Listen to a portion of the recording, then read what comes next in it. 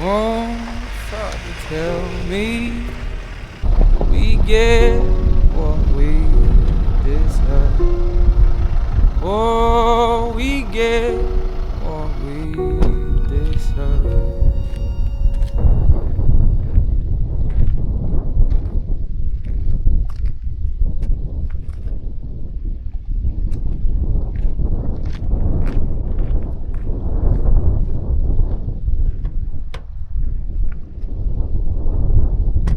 Well, ladies and gentlemen, welcome to another UK first. And where down we go, go, go, go, go. And where down we go, go, go, go, go. So where down we go, go, go, go. Way down we go. Oh, you let your feet run wild. Time has come as we all go down. Yeah, but for the fall, ooh, my heart, do you dare to look them right in the eyes? Yeah. Oh, 'cause they will run you down, down to the door. Yeah, someday we run you down, down till you fall. And they will run you down, down till you go. Yeah, till you can't grow no more. Are there any guesses as to what this week's video may be about? Check those out. How nice do they look? Check it out, proper KC fanboy. This isn't a sponsored video, by the way, but when you're ordering stuff from the States, if you're going to make an order, you may as well make an order. Hence the bags that you've probably seen that I brew up out of. I got bags, I got koozies, I got the hat, got the hoodie, I got the blanket, the kind of voited style roll-up blanket that I've had in the van. Honestly, UK first. Check them out. What makes this a UK first? Definitely the first T7 with KC HiLites light bar, no doubt. Andy at Ape Adventure Vans, we share similar tastes. I reached out to him and said, what about these KC HiLites? And he was like, yeah, I've got some in my workshop. Brothers from another mother, I promise you. But not only that, the reason this is a UK first, and it has to be a UK first because it's something that I've had made. They are mounted with a UAO custom-made bracket, making use of that front factory railing fitting. When I first realised that the ARB base rack for the new Transporter and for the Ford Transit Custom finished where it does, which is 2/3 up the van, in line with the B-pillar, not gonna lie, first instinct, I felt a little bit shortchanged. I just assumed it would be the same as the Transporter. I assumed it would go almost over towards the sun visor. 30 seconds later, all of those inhibitions went out the window. Absolutely love the modular look. I love the fact that it's almost a half rack, leaving those factory anchor points to do what I've done there. It looks like I've added more stuff to it rather than just loaded a roof rack fully. I think that aesthetic looks lovely. These lights, this look, this aesthetic has been on my wish list before even owning this van, before even seeing the new Transporter in the flesh. I knew that this was the vision that I was going to try to create. Couple of my favourite YouTubers, including Ronnie Dahl, 24/7, all-wheel drive, living the van life. The story till now. That guy not only makes YouTube videos that just blow my mind, knowing what it must take to create what he does, I am in awe. He is knocking about in a Jeep Wrangler and a Duramax. This is the way that quite a lot of the guys over in the States do it. The KC HiLites, I wanted that. I know that this will never be a Jeep Wrangler. I totally appreciate that. But why can't it just take some inspiration from that? Why does a van have to look like a van? Why can't we just take inspiration from whatever we want to? This has that modular look with the rear wheel carrier, the separate light bar. I've got KC HiLites going in the front grille on the A-bar. I'm going to talk about why as well, because you might think that 8 lamps across the sun visor may be all you need. Why do I need another 2 on the A-bar? And this is where I give a massive shout out to Liam from the Adams Overland Company, because he's the only guy really in this country that I've noticed mention what I'm about to tell you. The guys at KC HiLites, they have so many different videos of why you would have different lights in different areas, such as ditch lights, grille lights, overhead lights. You saw me come in at dusk on the amber. It's almost like a backlight. It's almost a I'm here. It's not really projecting light forward. It's never gonna lead the way, but people can see me. That's the point. They have a sun setting. On the way out, I'm going to turn the sun on. Hopefully I'm going to wait long enough until it's pitch black. That is going to light the way. However, that's a massive bug out vehicles, however, in adverse weather conditions, such as heavy rain, fog, snow, hailstone, all you are going to do by deploying that overhead light is bring a blanket of nothingness directly into your face. You are going to light up every single raindrop and you are going to see next to nothing. That's why you would then go for more lights in the A-bar area. So if you see a true off-roader, and I'm not saying that this is, but that is the inspiration. If you do see a true off-roader and it's got all of these lights, 2 things. One, don't think that it's just a big in the locker room kind of situation.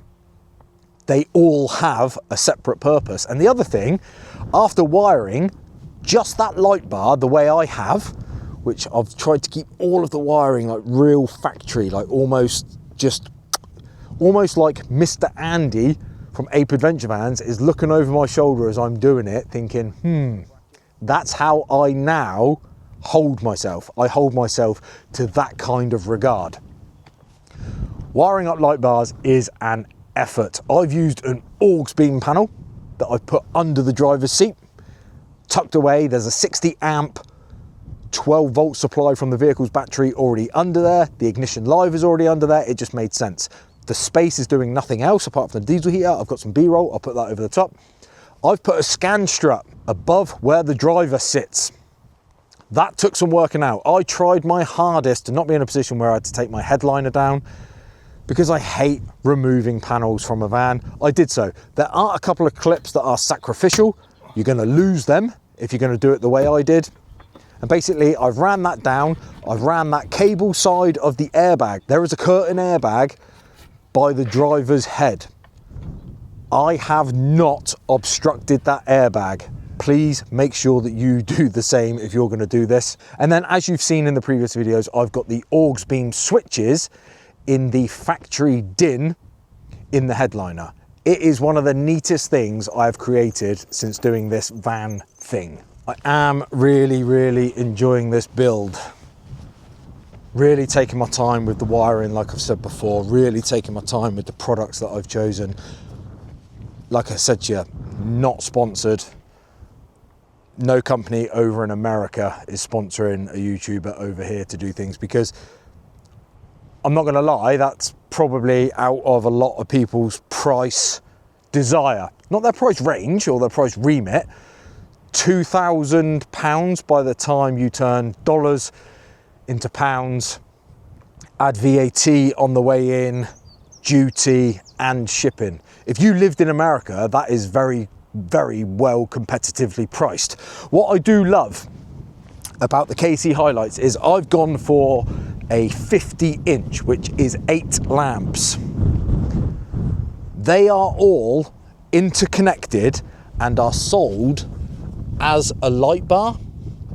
So while you can buy a single Pro Titan 8-inch, I've got 2 singles going in the front, and that's what they are. They are individual Titan Pros. You don't have to buy 8 and stitch them all together and find a way to hold all 8 of them together. They are fixed at each end and is wired once. You can choose what end you wire it in. So there is a wandering like harness cable at each end. I've opted for this side, naturally, because that is where my power supply goes, up the driver's side B pillar, but you wire it once. 3 wires, main beam, that dipped beam, and the ground. I love that. I'm not gonna lie, my previous Sprinter that had the 5 spotlights on top, probably because I was never truly happy with some of the finishes on some of the other products, not gonna go down that road, I never wired them up.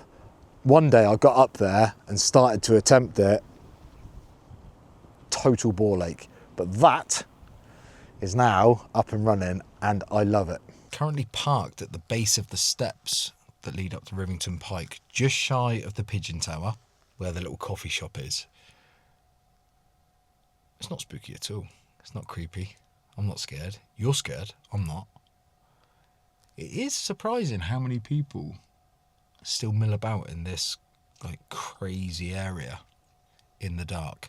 Gonna give it about another 20 minutes and it's gonna get real dark, because I've got to tell you, there's no light pollution from anywhere around. I'm the only light pollution here, and a few runners with head torches on. And get some drone footage and maybe a bit of looking out footage on the way out, and then we're going to have a bit of a recap. But be warned, first thing tomorrow morning I am getting my hair and my beard cut in preparation for a wedding trial kind of manscape. So tomorrow, which is in 30 seconds time, you may not recognise me.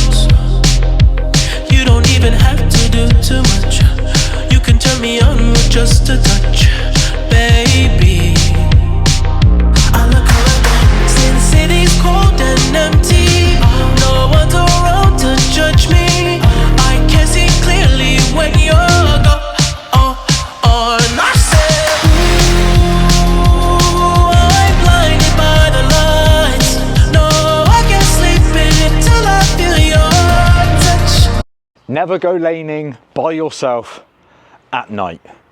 Never a good idea. However, I did act irresponsibly in the most responsible way I could, and that is by the fact that I drove that exact same road 3 hours prior when making my camping cup video. So I knew exactly what to expect.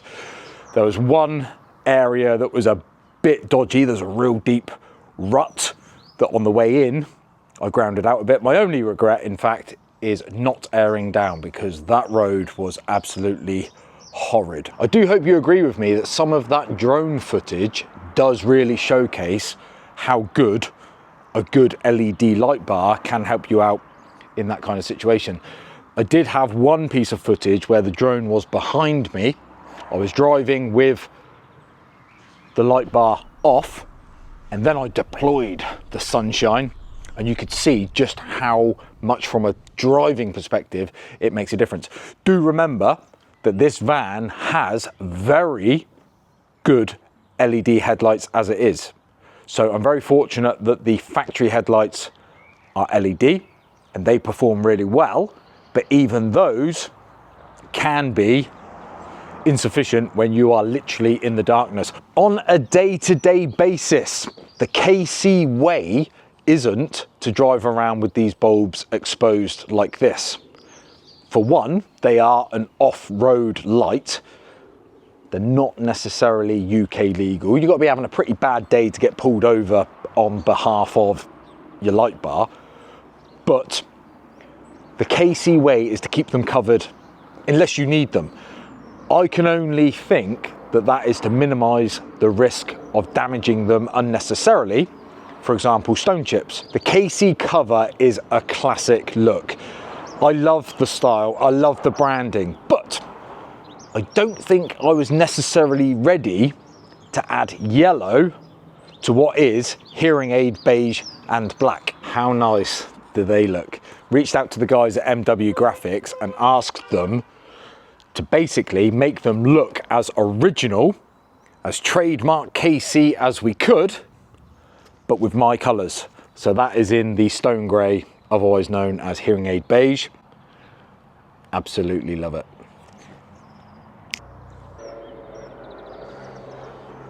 Could have chosen any design I liked for the covers. There is a company in America called Sticker Fab. Basically, their company is selling vinyls like that, all kinds of different designs, smiley faces. I could have had loads of little UAOs, but even me, thought that that might in fact be too many UAOs. The reason I reached out to MW Graphics is I wanted that color to be exact. I didn't want it to be similar. I didn't want it to be someone else's version of stone grey, because this van changes color through the day and depending what the light does to it. So that is exactly the same. Thank you, MW Graphics. They look absolutely lovely. Just waiting now to put the ones in the front. I may have a little bit of fun with the ones in the front. Maybe a, stop tracking my face. Maybe a stone grey smiley and a UAO, just to add a bit of jazz to the front. I'm not sure, but I do love that classic look. You don't see it often over here in the UK. As I said previously, Andy at Ape Adventure Vans, we got the same kind of taste. He did it first, got to give him that credit. Lovely. What do you make of my bracket too, in the light of day? Picking a shape on a plain bit of paper isn't easy. How would you have designed that bracket? I kind of pictured maybe like a shark fin going that way. My guy has matched this exact shape here, just scaled it down. So it's still within this ecosystem of UAO things that I'm building. I've got loads more coming, by the way. Got 2 different fabricators doing 2 different things. I cannot wait. I just, honestly, so much planned for this year. I cannot wait to have it all out, but things take time. This is looking amazing. What are your thoughts? Do consider subscribing. It is free. It helps the channel out no end. Thank you once again for watching. I'll see you next Tuesday.